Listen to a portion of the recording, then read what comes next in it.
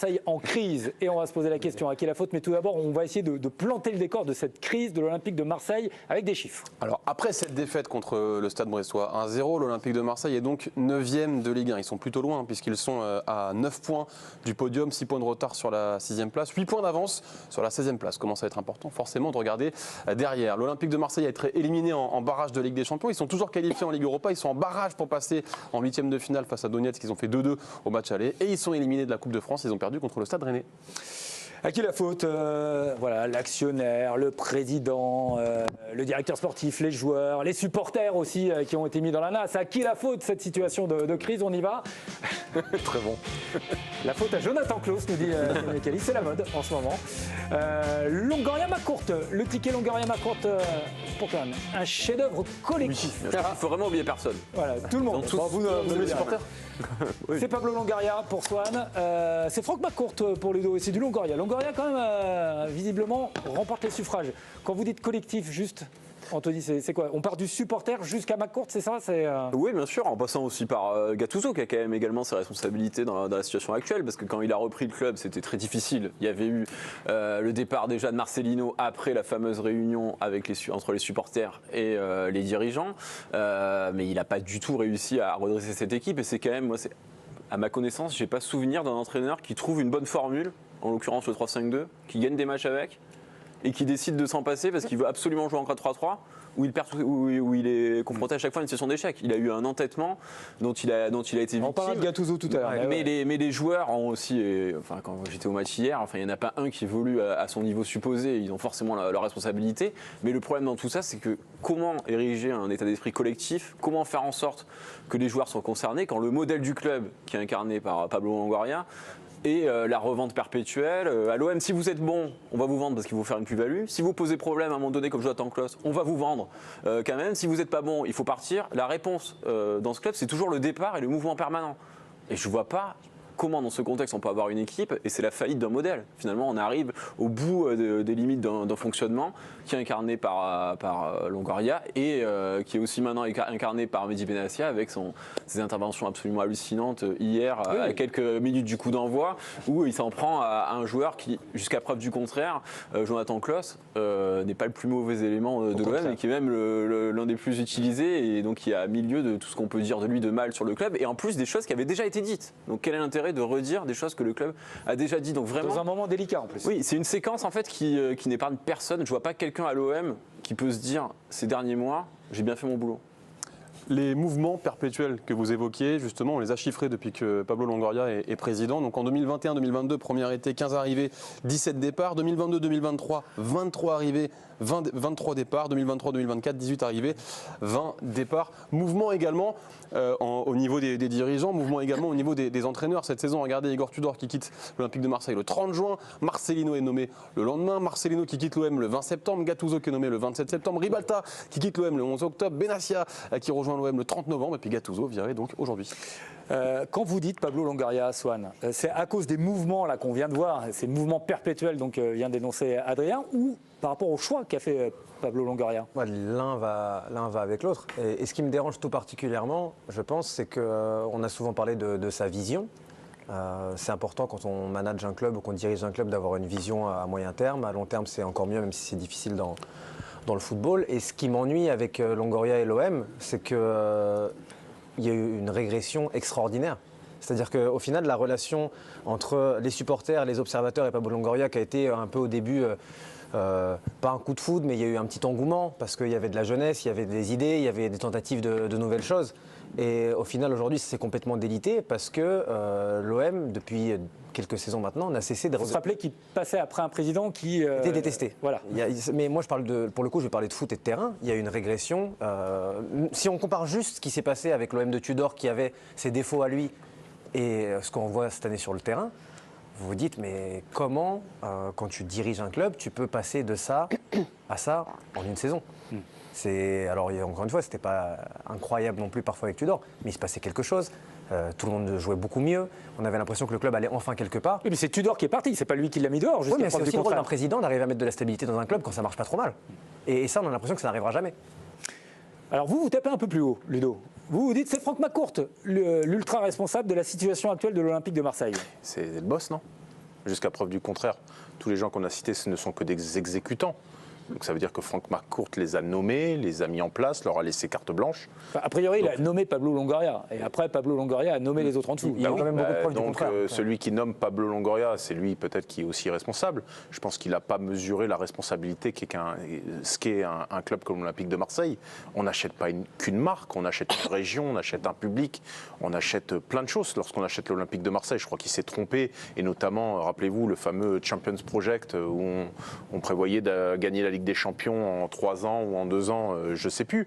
Mais ce qui s'est passé, quand on refait un petit peu le sens de l'histoire, en fait, il s'est vite rendu compte que finalement, ce pourquoi il était venu, c'est-à-dire du sport, mais aussi peut-être un parc immobilier ou des choses parallèles à pouvoir faire à côté, se sont vite évanouis ou partis en fumée, et que depuis tout cela, il a arrêté de mettre la main au portefeuille.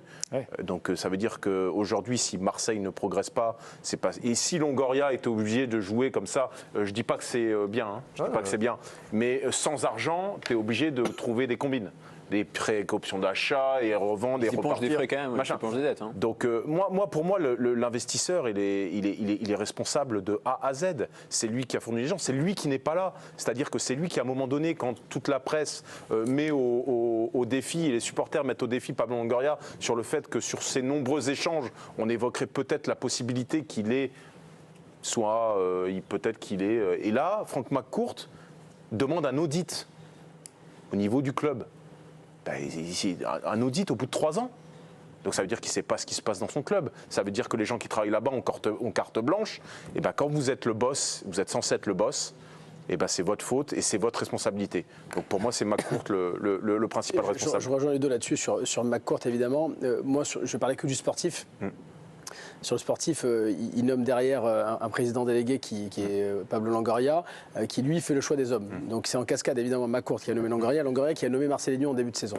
Là où Longoria a un peu enfumé la presse, je trouve, c'est dans l'approche qu'il a eue en présentation de Marcelinho en début de saison, le projet de jeu, je veux aller loin avec lui, c'est un super entraîneur, je le connais, pour prendre la succession d'un entraîneur aussi charismatique que Tudor et encore plus charismatique peut-être qui était Sampaoli. Donc je trouve que dans le choix des hommes, Longoria s'est énormément trompé. Et quand il y a eu la fameuse histoire dans le fameux local à Marseille entre Longoria et quelques supporters de l'OM, Longoria voulait partir, très clairement. Et aujourd'hui, la faute de Longoria, je trouve, c'est de ne...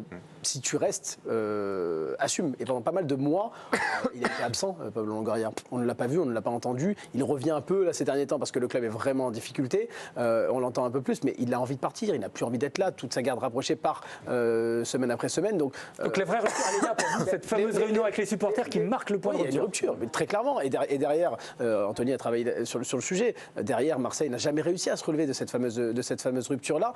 Et je trouve qu'effectivement, McCourt aurait dû trancher dans le vif, soit écarter Longoria à ce moment-là et mettre quelqu'un à la place pour qu'il y ait une vraie direction sportive et qu'on prenne derrière un entraîneur. Là, il y a eu panic buy, c'est-à-dire qu'ils ont pris Gattuso parce qu'il y avait Gattuso, on rappelle, c'était le choix de l'Olympique Lyonnais à un moment donné, puis ils se sont tournés vers Fabio Grosso. L'OM a récupéré un second choix finalement de l'OL en tant qu'entraîneur. Donc l'OM a perdu 6-7 mois comme ça à cause de McCourt et de Longoria qui n'ont pas pris leurs responsabilités chacun à son poste. Alors, je rappelle, voilà, et on aura l'occasion d'en reparler, on parlera de Gattuso tout à l'heure.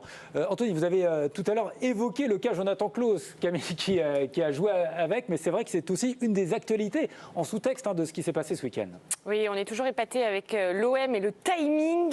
On pensait le dossier Jonathan Klaus refermé, eh bien pas du tout. Dans une interview donnée aux confrères de Canal+, juste avant la rencontre, Mehdi Benatia a pointé du doigt le comportement de son joueur.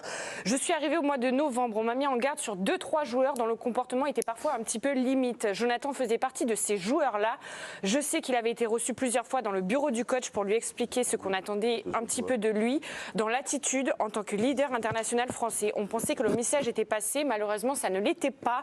Et double lame puisqu'en parallèle, en avant-match, alors que l'international français s'échauffe juste derrière lui sur la pelouse de Brest, il en remet une couche chez nos confrères de Prime Video. On n'a pas voulu le sortir pour le sortir. On a bien noté que depuis quelques mois, moi, il ne jouait pas à son niveau. On a surtout noté des problèmes comportementaux avec le coach. Il faut savoir qu'il a été reçu plusieurs fois dans les bureaux. On n'a pas décidé un matin de sortir un international français, un des meilleurs joueurs de l'équipe. Donc bim, bim et encore bim. En exemple, Benatia cite aussi l'exemple du match de Monaco où Jonathan Klaus avait demandé à sortir fin janvier sans blessure véritable après examen, de quoi contrarier tous les dirigeants marseillais qui comptaient sur lui. Le conseiller sportif de l'OM a aussi ajouté que depuis cet épisode, ça allait un petit peu mieux, c'était en amélioration. Mais alors, grosse interrogation sur le timing de ces nouvelles sorties hier, alors que l'OM était déjà dans une situation bancale avant le match de Brest. D'ailleurs, je vous propose d'aller aussi sur le site de l'équipe, un très beau papier, un papier très intéressant de Sacha Nokovic sur les dessous de ces deux interviews données par Mehdi Benatia. Et puis un communiqué qui vient tomber de l'UNFP qui dénonce justement la ligne tenue par le club de Marseille et Mehdi Benatia. En s'attaquant bassement à l'un des salariés du club, le défenseur international Jonathan Klaus, le conseiller sportif de l'OM Mehdi Benatia a franchi la ligne rouge, celle du harcèlement qui consiste à livrer via la presse un footballeur à la vindicte populaire, à détourner sur lui tous les mots. Ce harcèlement que l'UNFP dénonce jusqu'à avoir porté plainte contre X le mois dernier, car en plus de manquer d'un minimum de respect envers l'homme, on met ici en doute toute la conscience professionnelle d'un joueur qui serait même capable de simuler une blessure. Ça va trop loin selon l'UNFP. Très bien. Et vous pouvez me refaire le bim et bim? Vous faites très bien. Bim, bim, bim. Bah oui. Bim, en tout cas, là, ça prend une autre ampleur en plus maintenant, cette affaire-là. Comme si on en avait besoin, Anthony. On rajoute encore une nouvelle couche à la crise de l'Olympique de Marseille. C'est assez hallucinant, cette histoire. Tout est hallucinant et le timing aussi, parce qu'il faut quand même se rappeler que le match d'hier pour l'OM, il était capital. Ouais. C'était le match qui devait leur permettre de Vous avez bien rendu compte à l'attitude des joueurs, d'ailleurs. croire à un avenir européen et surtout la séquence était terminée. Donc je ne comprends pas, même avec 24 heures de recul, quel peut être l'intérêt de cette sortie dans la mesure où ce dont il a parlé, Pablo Longoria l'avait dit, il l'avait aussi dit en on comme en off, et donc ce message-là était passé. Et ils en étaient plutôt, eux-mêmes étaient passés à l'autre stade, puisque Longoria avait dit, maintenant on discute d'une prolongation. Mais comment vous voulez discuter d'une prolongation dans ce contexte? Et si vous voulez vendre le joueur, pourquoi le dévaloriser en disant qu'il avait un mauvais comportement? Donc que ce soit rester au club ou le vendre, je ne comprends pas. Je m'adresse aux joueurs, Ludo, même si c'est il y a très longtemps, mais quand même, je rappelle que vous avez joué Il y a au foot, Karim aussi. hein, Oui, et Karim aussi, c'est vrai. Posez-moi la question juste après. Karim surtout d'ailleurs. Ça vous est peut-être pas arrivé, parce qu'évidemment, vous étiez si, ça vous est arrivé de vous faire comme ça un peu tacler par Non, vos dirigeants? pas de cette manière-là, mais être en conflit avec un club, c'est des choses qui peuvent arriver. Je ne sais pas ce qui s'est passé entre Jonathan et je ne sais pas si on aura vraiment les tenants et les aboutissants de cette affaire, mais ça apparaît d'être un règlement de compte personnel. C'est-à-dire quand tu insistes comme ça à ce point. Là, quand la Ligue parle de harcèlement, oui, pour vous, ça représente une forme d'harcèlement pour un joueur d'être visé comme ça? Là, il s'attaque. Ils l'ont fait globalement. Il le fait avec son émission sur Canal, avec Samir Nasri, et il le refait chez Amazon. Ouais. Ça fait, je veux dire, on avait compris le message, le fait de le répéter comme ça plusieurs fois. Mais justement, on ne comprend pas le message. Moi, je ne comprends pas l'intérêt de faire ça en public. Un peu comme Anthony. Moi, je ne comprends pas, si ce n'est être dans une vengeance un peu personnelle, quel est l'intérêt pour le club? Il est censé représenter les intérêts de l'Olympique de Marseille. Vous allez me dire, il tape du poing sur la table, il marque son territoire, il montre que... Non, mais quel est l'intérêt en plus la valeur marchande de Klaus? Fais le joueur. Moi, je me mets à la place de Jonathan Klaus, vous, joueur. Comment vous? Là, c'est chaud. Là, c'est chaud parce que là, vous attaquez l'homme, et le joueur et l'homme, parce qu'il est en train de nous dire qu'il a triché contre Monaco, qu'il avait mal, mais qu'il aurait pu continuer à jouer. Alors que c'est l'un de ceux qui a le plus joué cette saison, pour le rappeler. Donc il triche avec le groupe, donc il le met en porte-à-faux par rapport au reste du vestiaire. Jonathan Klaus, il est obligé de réagir. Donc ça va faire encore une histoire, parce que Jonathan Klaus, il ne peut pas laisser dire des choses comme ça sur lui si ce n'est pas vrai.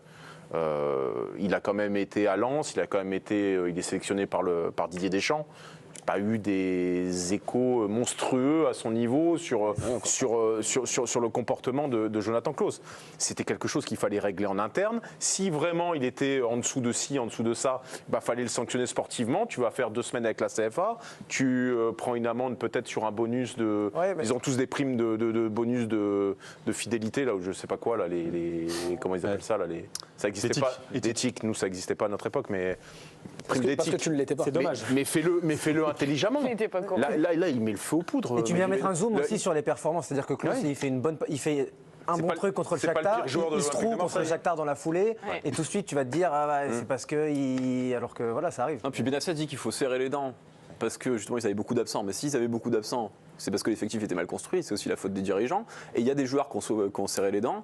Par exemple, Jordan Vertou. Et Jordan Vertou, il est absent depuis 3 semaines. Là, Il n'arrive pas à revenir parce qu'il s'est blessé à force de trop jouer en janvier parce qu'il n'y avait personne. Donc c'est aussi ça le reflet du manque d'anticipation sur la situation en janvier. Au-delà de ça, de la Pour méthode et le finir, vocabulaire, c'était l'homme de communication, qui est Karim Benani, peut-être a une autre lecture à nous donner, ou vous êtes vous aussi, vous n'arrivez pas à comprendre la Pas vous lecture. contredire sur la présentation que vous faites de moi. Non, moi je suis très étonné. Honnêtement, j'ai rarement vu cela. Ah, voilà. Pour en plus connaître, on connaît à peu près le communicant qui est Mehdi Benassia, qui a été consultant sur d'autres chaînes lors de la Coupe du Monde l'an dernier. Je ne pensais pas capable de livrer comme ça son joueur devant la presse. Et moi, je pars du principe que cette expression un peu courante dans le foot, qu'il faut laver son linge en famille, son linge sale en famille, et de la vie, tout simplement. Mais là, le faire ça, vous dévaluez Jonathan Klaus, vous tirez une balle dans le pied parce que vous ajoutez un problème supplémentaire. Les instances se saisissent du dossier. Franchement, vous en sortez plus, sachant que l'homme est dans une situation sportive catastrophique. Donc, Après, ils ont bien fait de diversion aujourd'hui. Ok. oui, Ça va, effectivement, c'est vrai. Allez,